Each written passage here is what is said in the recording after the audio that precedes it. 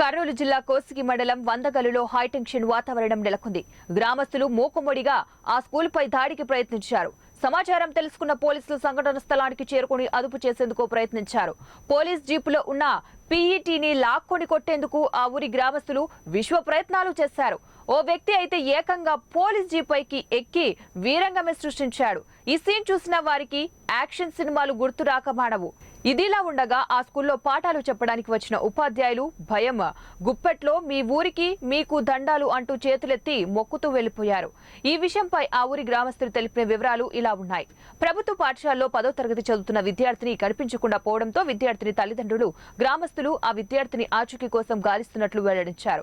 తమ కూతురి ఆచూకీ కోసం కనిపించకపోవడంతో ఆ పాఠశాలలో పనిచేస్తున్న పీఈటీని చెన్నయ్యపై అనుమానం వ్యక్తం చేస్తున్నట్లు వారు తెలిపారు.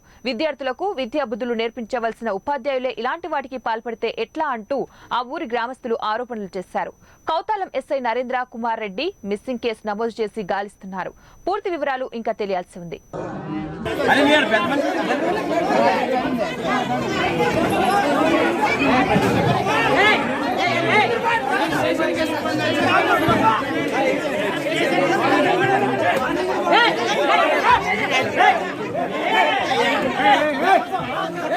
ले कोट्टा दे ले कोट्टा ले ले